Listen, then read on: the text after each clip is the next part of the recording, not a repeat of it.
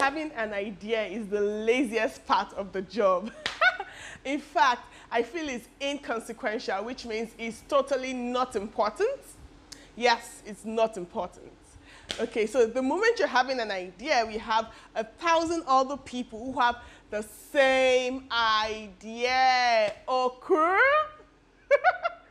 Occur? Okay, I don't know how to say that. Anyways, one of the major keys to success is consistency.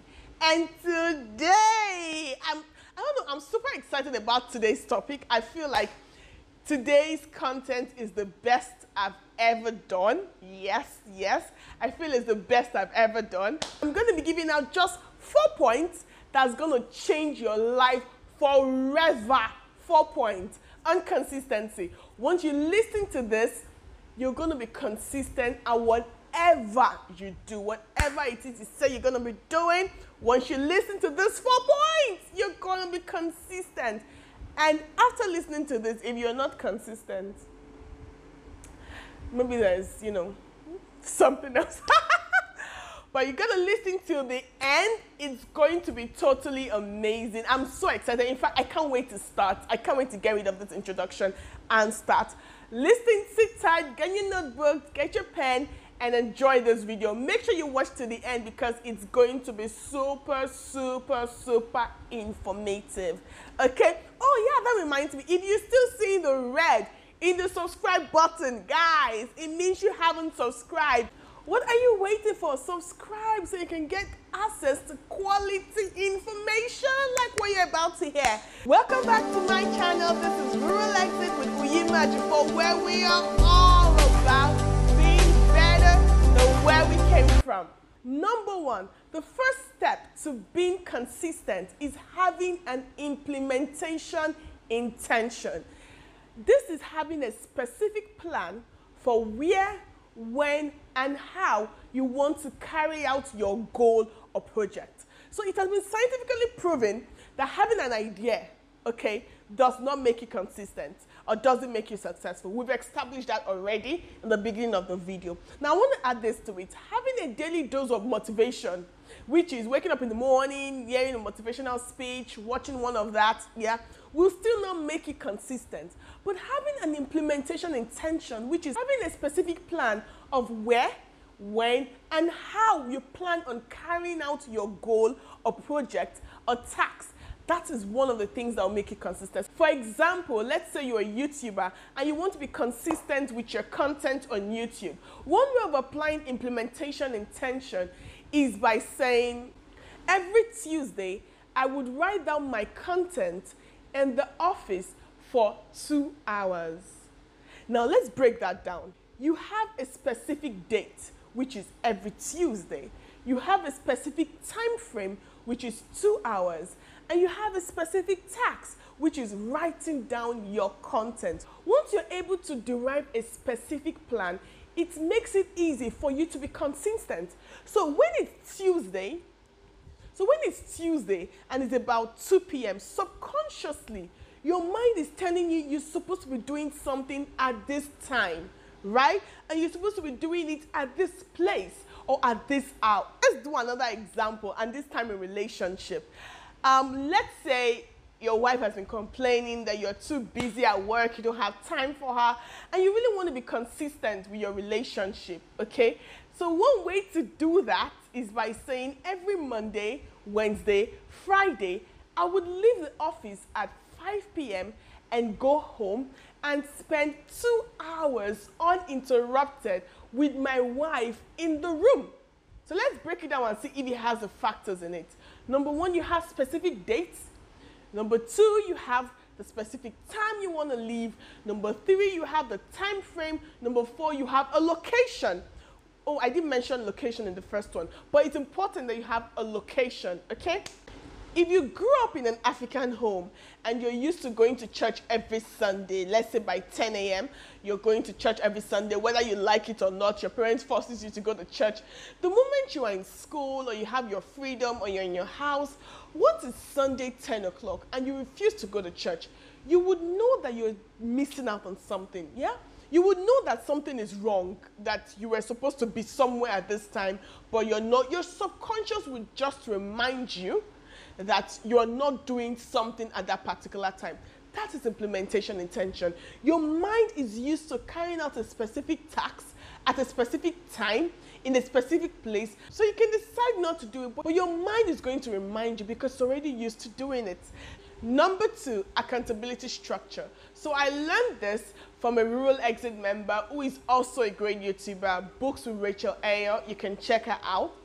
Last year, while I was writing the list of what I wanted to achieve in 2020, one of them was my YouTube channel. In January this year, I reached out to a professional videographer who could help me out. I reached out to a makeup artist and I got a location. I was pumped and ready. I did a video which never came to light because I totally hate that video. And the whole of January, I didn't release anything. In fact, I kept quiet about the YouTube channel. I was just feeling sad on my own. I didn't release anything. I didn't do anything. I didn't even edit it. I was just sad, yeah?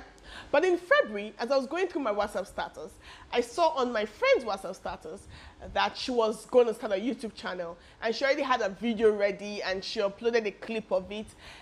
And I was really impressed. And I reached out to her and I was like, girl, I wanted to do mine, but then I got so frustrated and so tired. I'm not going to do it anymore. And she said, why? Why won't you do it again? You've got to do it. And she told me one thing that helped her was putting a date out in the public even before she was ready. So when she did that, you know, like saying, oh, in 3 weeks, I would have my video ready, go subscribe, something like that, okay? Now, when she did that, she had a friend already anticipating a video. She has put it out there in social media in the public. She had no choice but to deliver. Close to the date, we were already asking her, oh, what's up now? How far? I hope you are ready. Hope your video is ready. We can't wait to see it, because she already put it out there. And that's an example of accountability structure.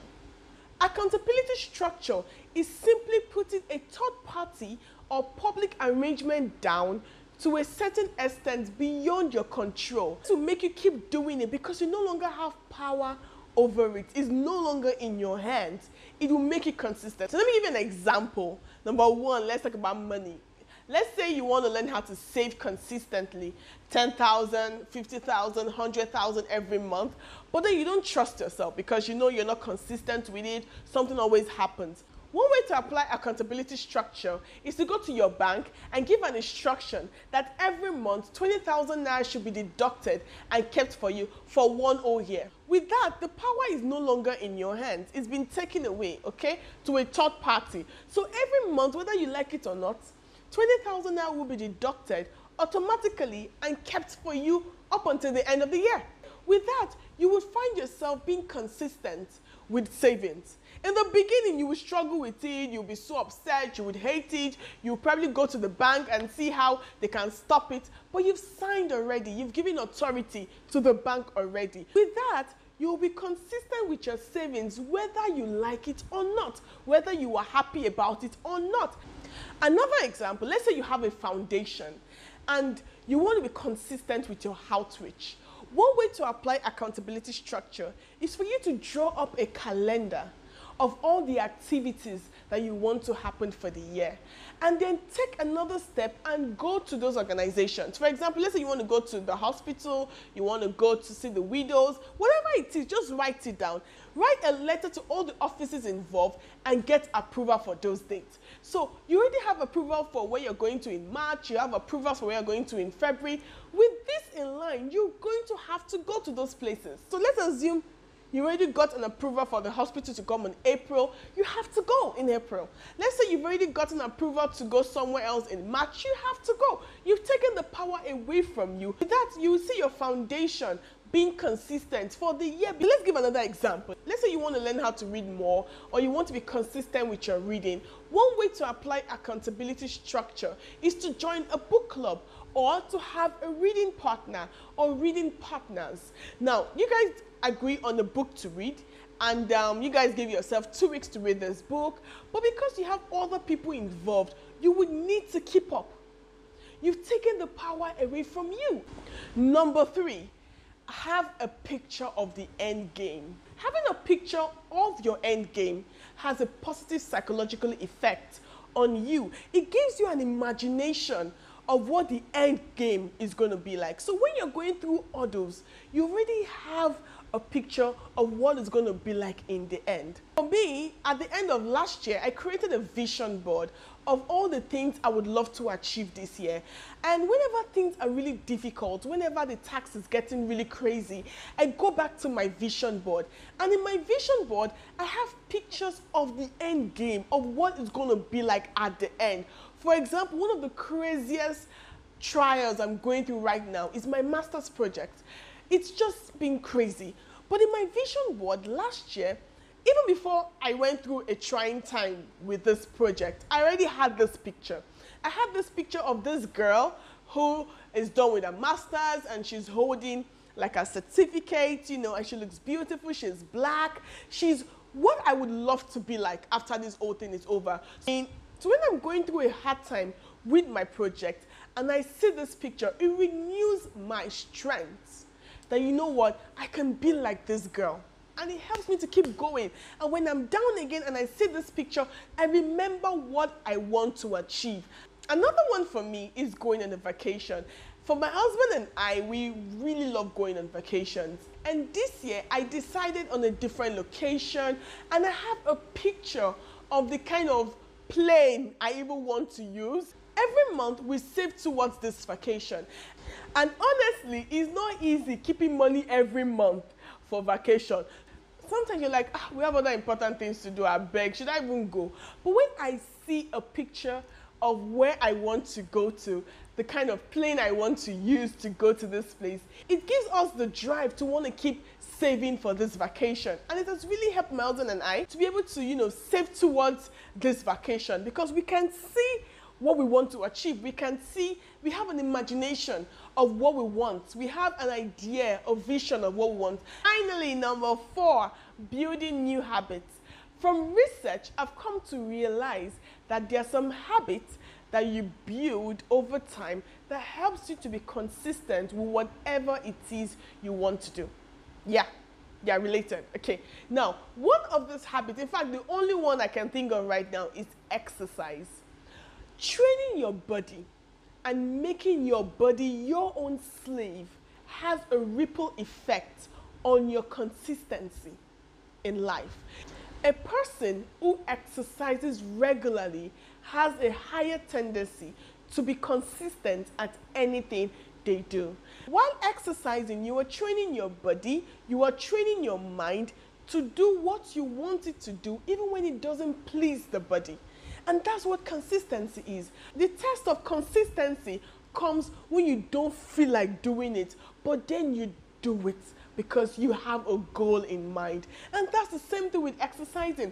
You don't feel like exercising, but then you do it. Your body is tired, but because you said you're going to do 100 skips, you've got to do 100 skips. And even when your body is tired, your heart is pumping, you keep doing it. So one way to be consistent is learning to exercise regularly. You train your body, you train your mind to push beyond the pain. So if you're looking for a habit to pick up to enable you to be consistent with anything you want to do in life, try exercising. Here is one of my favorite quotes on consistency.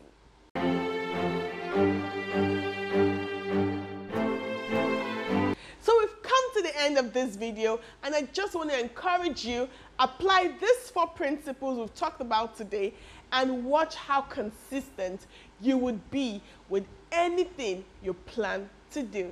Till I see you next time, keep being better than where you came from. Bye.